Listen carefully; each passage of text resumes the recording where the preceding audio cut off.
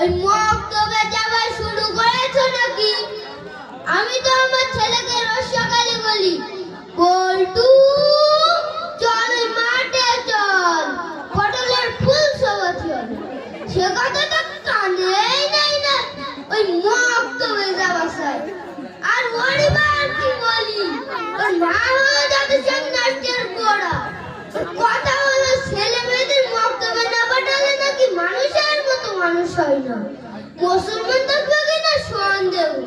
চাচিমা তো ঠিক কথাই বলে, মক্তবে না পড়লে আল্লাহর পরিচয়, নবীজির পরিচয়, কোরআনের মর্যাদা, আখিরাতে কোন কোন কাজ করবে আর কোন কোন কাজ করবে না তা কিভাবে জানবে? আমি তো কোনোদিন মক্তবে পড়িনি, তাহলে কি আমি মুসলমান না?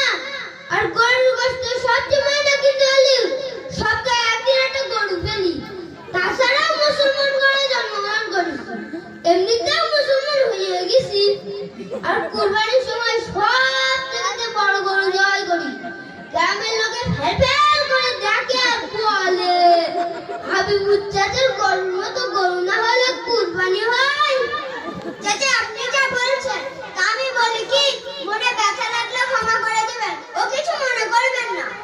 না বেটা, আমি কিছু মনে করব না, তুমি বলো।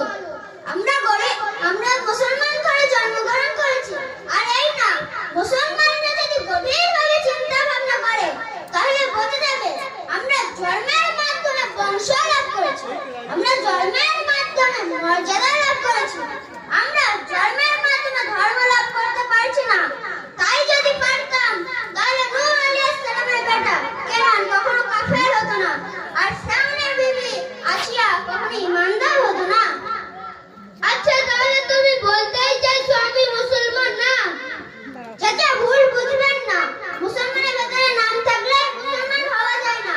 কলেমা ঈমান অর্জন করতে হয়, ওই এগুলো অর্জন করতে আমাদের গ্রামের ওই মক্তবে পড়তে যেতে হবে।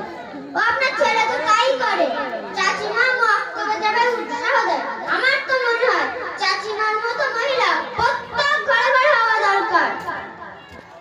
ওইটাই একই কথা, মক্তব আর মক্তব। ওদের মাথায় দেখি সব ভূত ঢুকেছে, ওদের মেন্টালে পাঠাচ্ছে। চাচা